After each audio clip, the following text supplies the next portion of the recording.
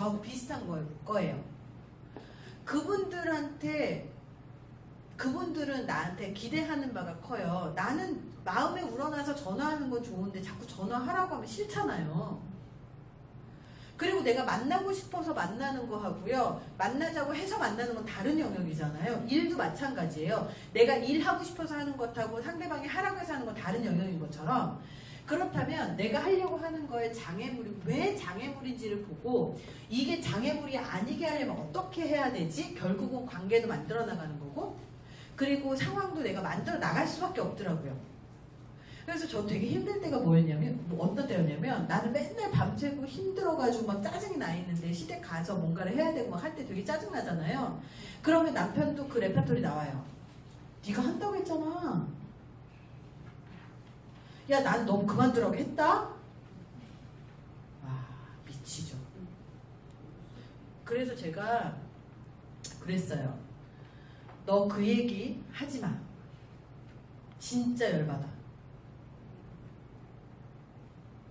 그러면서 네가 할 수 있는 얘기하고요, 네가 하면 안 되는 얘기 두 가지 딱 정해줬어요.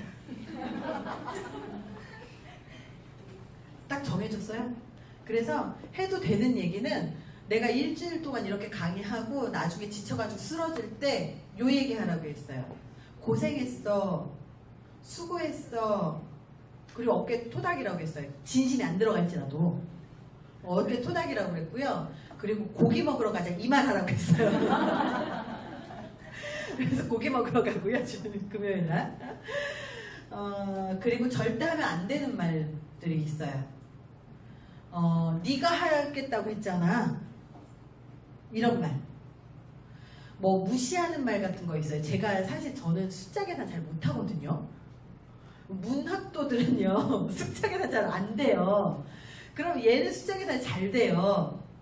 그러면 한 번은 이렇게 장난 막 얘기를 하다가 그냥 농담처럼 얘는 계산 잘 못해 이렇게 얘기를 하는 거예요. 약간 제가 무시받는 듯한 기분이 들었어요. 그래서 제가 그 얘기 했어요. 왜 그런 식으로 얘기를 해? 왜 나를 무시하는 듯한 얘기를 해? 내가 숫자 계산을 못해도 잘 못한 남들보다 빨라요. 제가 그래도. 근데 너보다 느린 거지 남들보다 빠르거든? 그러니까 그런 얘기 하지 마. 이렇게 듣기 싫은 말이 있으면 그 자리에서 이 얘기 절대 하면 안 돼. 이런 단어 싫어해. 얘기를 해버려요. 그리고 시부모님 같은 경우도 저 같은 경우는 그러니까 기분 나쁘지 않게 할 말은 다 해요. 그래서 어머니 오늘은 되게 피곤해가지고 못할 것 같아요. 못 갈 것 같아요. 그러면 더 이상 말씀을 안 하세요. 만약에 그렇게 꼭 해야 된다고 하면 어머니 이거 꼭 해야 되는 일이에요. 저 지금 정말 쓰러지기 일부 직전인데 이렇게 솔직하게 얘기를 해요. 그러면 죽겠다는 사람 잡지 않아요.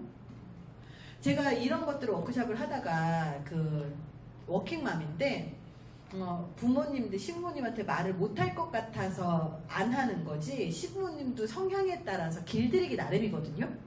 괜히 착한 며느리 되려고 노력하지 말라고 제가 되게 많이 강조를 하는데, 한 분이 뭐라고 얘기하시냐면 직장생활도 꽤 하셨던 분이에요. 근데 시어머님이 하는 말을 다 받아들여야 된다고 생각했었던 분인가 봐요.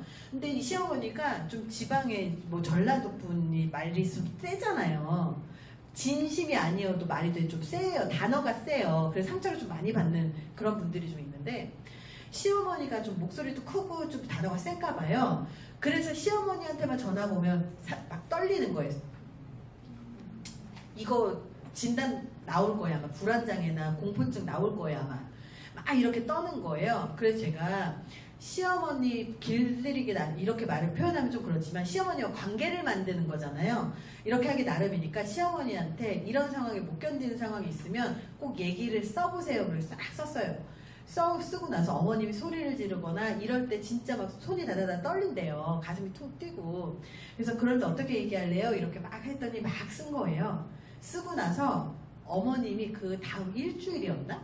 뒤에 지방에 계신 분이 서울로 오셨어요. 서울로 오셔서 이 며느리한테 전화를 하는 거예요. 전화를 했는데 며느리가 당연히 서울역으로 마중이 나올 줄 알았는데 마중을 안 나오니까 또 소리를 질렀나 봐요.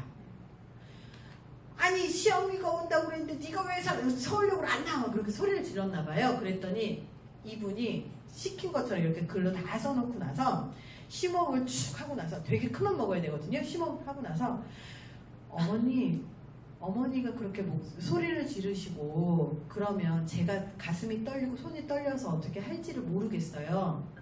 그래서 목소리 크기를 조금만 낮춰주시면 안 될까요? 좀 부드럽게 말씀해 주시면 안 될까요? 이렇게 얘기를 했대요. 그랬더니 어머님이 어떻게 했을까요? 그 되게 세신 분이 당황하신 거예요. 지금까지 한 번도 그렇게 했던 아이가 아니거든요. 당황하신 거예요. 그래? 미안하다? 그리고 나서 누그러지긴 했는데 평상시 하던 습관이 있으니까 한 번에 고쳐져요? 안 고쳐져요? 안 고쳐져요. 그래서 그 다음에 또 그렇게 했을 때 또 그렇게 얘기했대요. 또 그렇게 소리 지르는데 또 얘기했대요. 그럼 점점 습관이 얘한테 이렇게 하면 안 되는구나 인지가 되거든요. 그래서 우리가 평상시에 장애물이라고 여기는 게 뭔지 한번 써보셔야 돼요. 사실 가장 가까운 사람들이 장애물일 가능성이 되게 높아요.